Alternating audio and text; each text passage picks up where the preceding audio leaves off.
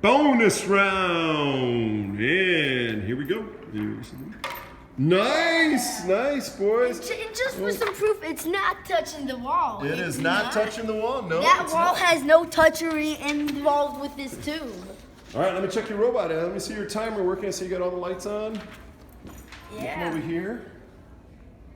All right, he's counting down.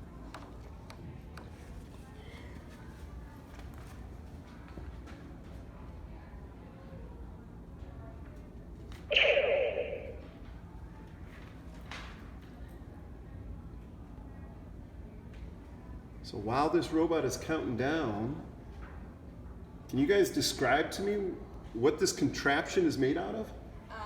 It's made cardboard and some paper. And some string. Where did it come from?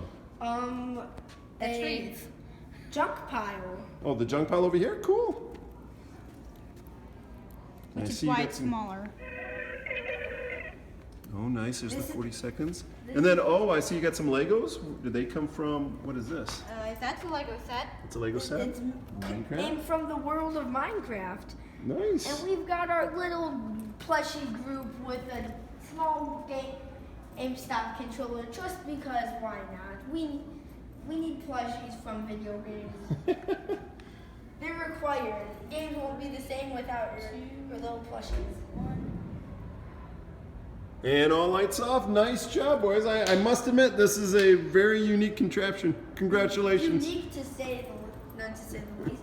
Oh, by the way, I think it's a bit important to realize that there's a little toy knife from the game Undertale on the end of the tip. There's just a small little toy knife. I see that. We I like put- it. So it video games was your theme, I take Yep. it. Oh, by the way, the toy knife was originally on the back, but then one time a robot turned his head a bunch and Went wrapped all of his insane. legs.